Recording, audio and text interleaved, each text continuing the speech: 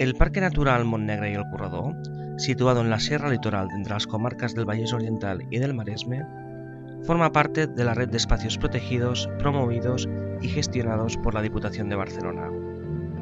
La riera de Vallgorguina y la de Arenys determinan el límite entre los macizos del Corredor y del Montnegre. Con una extensión aproximada de 15.000 hectáreas, el parque destaca por la gran cantidad de flora y fauna, sobre todo por los espléndidos pinares de pino piñonero de la vertiente litoral, que se transforman en encinares y alcornocales hacia el interior del macizo. El ser humano ha ocupado desde épocas muy antiguas estos montes. Los habitantes del Neolítico ya apreciaban su excepcional situación geográfica y la riqueza de los recursos naturales.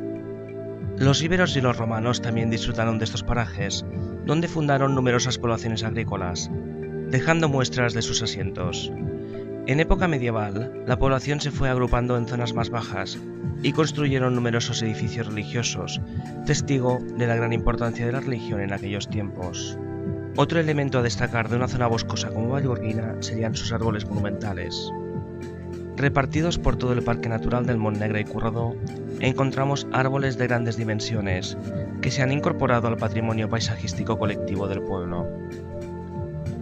Normalmente se trata de árboles con edades extraordinarias y que se suelen conocer con un nombre propio, como por ejemplo el pi gros d'en Rafel o el roure del Rocà, pero el más conocido es el pi cargolat, que actualmente ya no se encuentra en su hábitat natural, ya que en 1986 se tuvo que cortar porque había muerto y se trasladó a la sede de la Asociación Cultural de Vallgorguina, donde se conserva.